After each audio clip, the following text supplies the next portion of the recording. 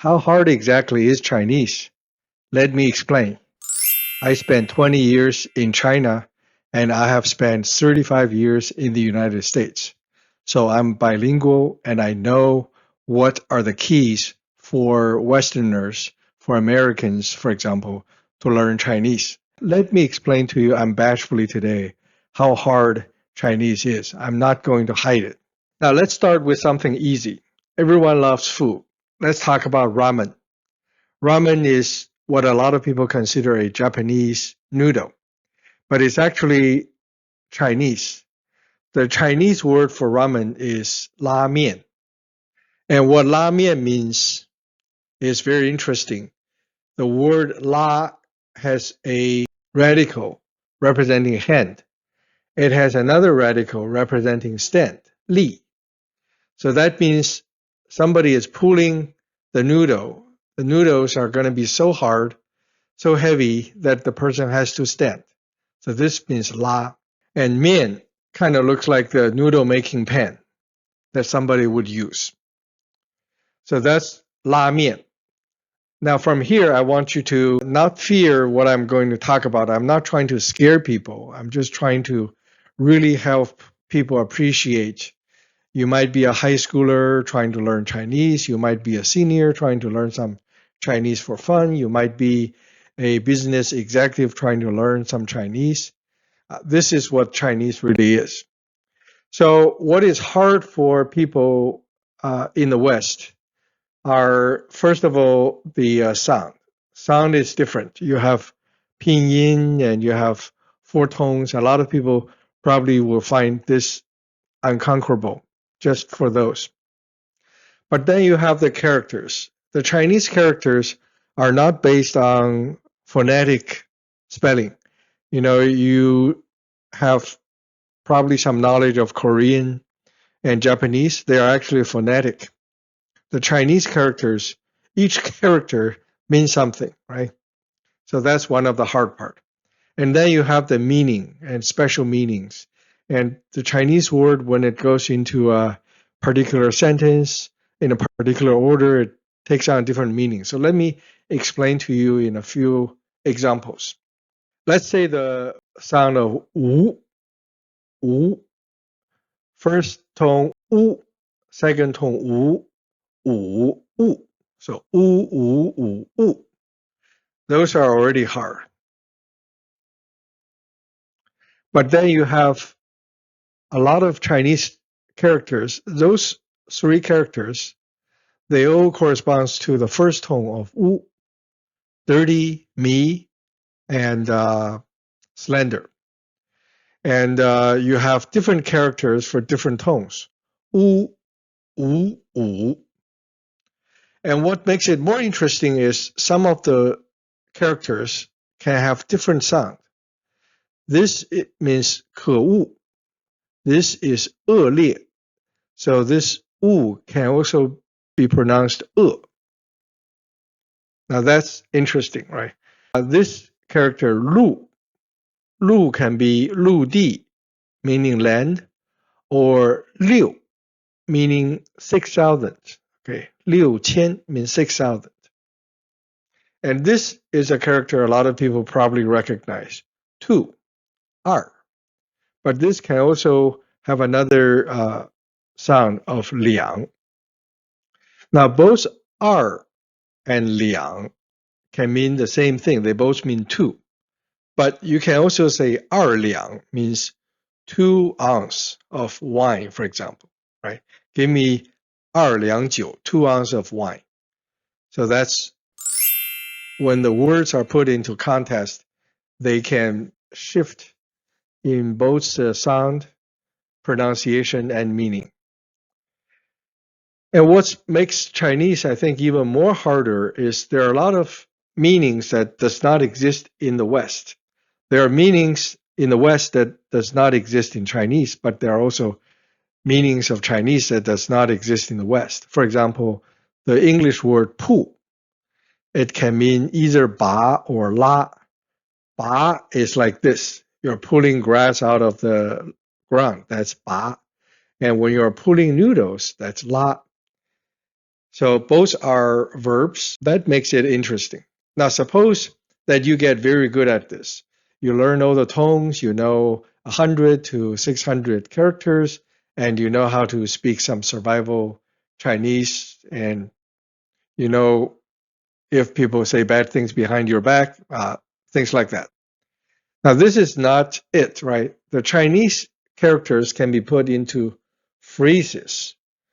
You can have the same word, jiang, put in different phrases. The Chinese phrases was actually invented by an Indian monk. And this means 将就 means to make a compromise. 就医 means to go to hospital. 就义 means to sacrifice yourself, to die for a cause. Now, I didn't put another bubble that means phrase, right? Phrase is really invented by Chinese. A lot of them are actually romantic, and it's very, very creative, in my opinion. That's where a lot of the creativeness of Chinese comes out.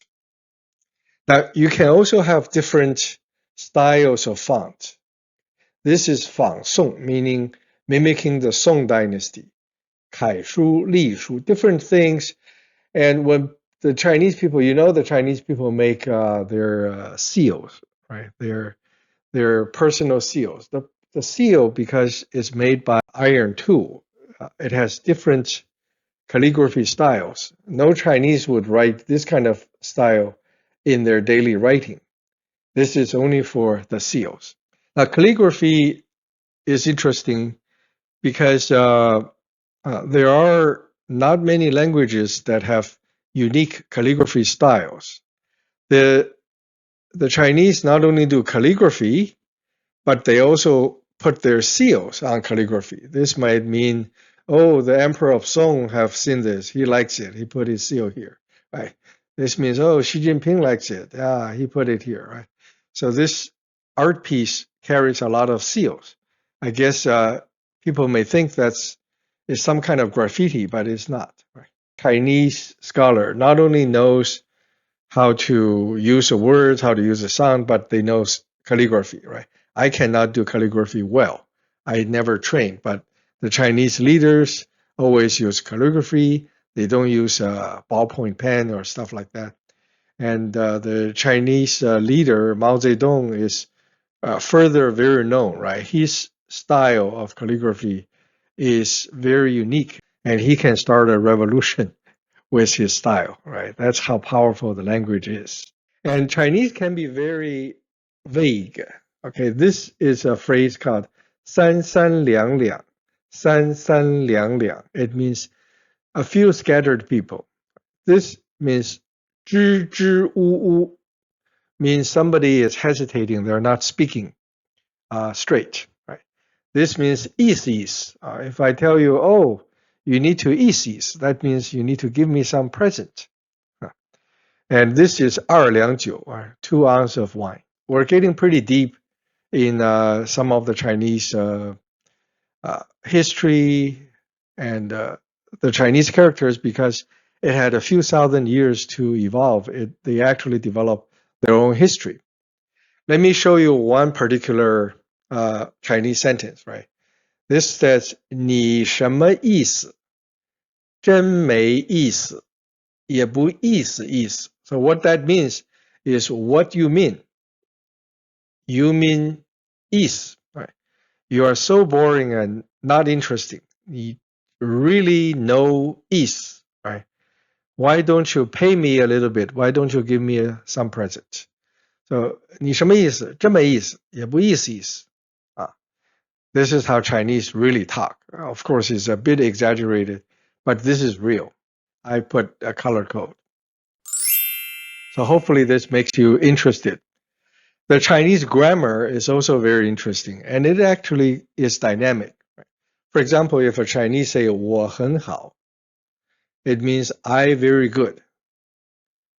In English, it would be equivalent to someone saying I'm very good, I'm super good.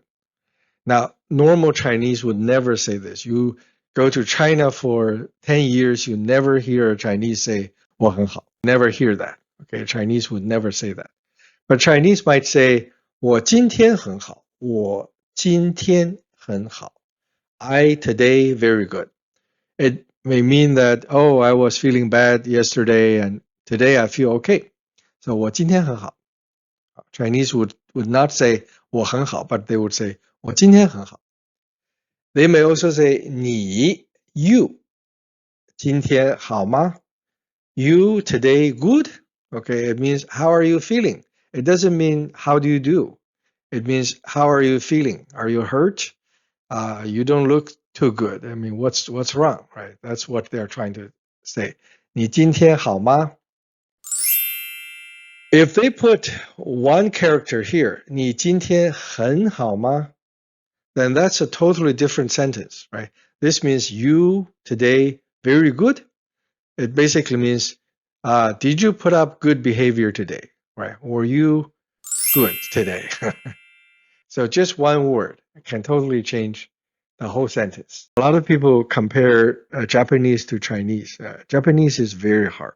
Japanese not only use kanji, meaning 汉字, they also use their phonetic spelling, hiragana and katakana. Right? Katakana is for foreign things, and hiragana is for Japanese things.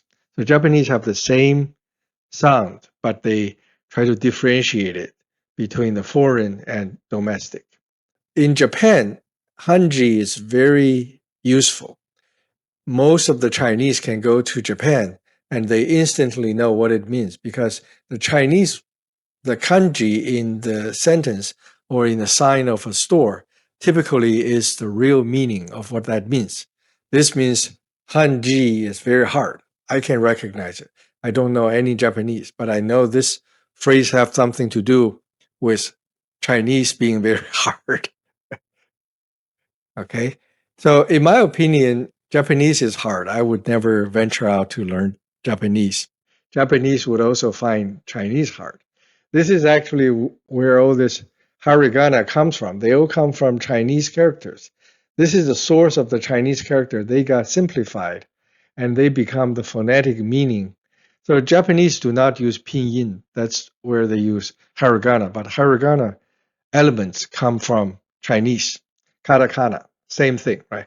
You see the katakana always have sharp angles, I think. So how do you learn Chinese? We have come this far. Thank you very much. I really appreciate it. My channel is made for someone like you who have watched to the end, right?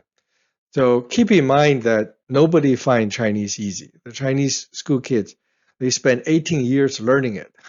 I left China when I was 20, so I did my full lessons in Chinese, right? And then they become okay. They can recite 300 Tang Dynasty poetry. They can write perfectly.